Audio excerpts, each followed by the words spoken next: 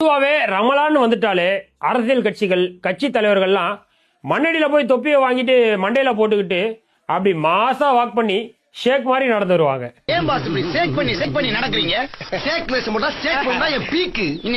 அப்படி வந்து அரசியல் தலைவர்கள் ஒரு கொட்டா கஞ்சியை குடிச்சிட்டு 9 வகையான போட்டோக்களை எடுத்துப்பாங்க பாருங்க. அது கண்கொள்ளா காட்சி, சூப்பரா இருக்கும்.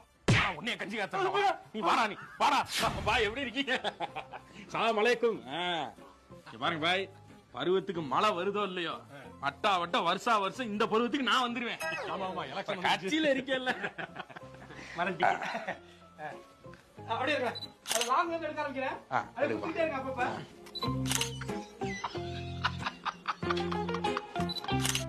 ஆனா இப்படி இஃப்தாருக்கு நோன்பு திறக்க வரக்கூடிய தலைவர்கள் கிட்ட இந்த அப்பாவி இஸ்லாமியர்கள் எதிர்பார்க்கறது ஒன்னே ஒண்ணுதான்.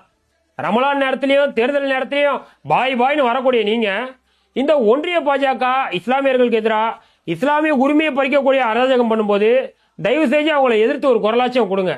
மற்ற நேரத்திலாம் பாய் பாய்னு வந்துட்டு பிரச்சனைன்னு வரும்போது பாய் பாய் அப்படின்னு எஸ்கேப் ஆயிடாதீங்க.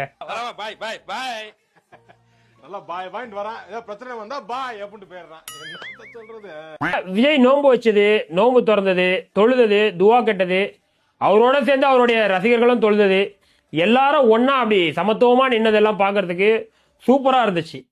ஆனா இந்த கண்கொள்ளா காட்சி காவி கொடியை வச்சு கலவரம் பண்ணக்கூடிய சங்கிகளுக்கு கப கப கபான்னு வைத்தறிச்சலை ஏற்படுத்தி இருக்கும்.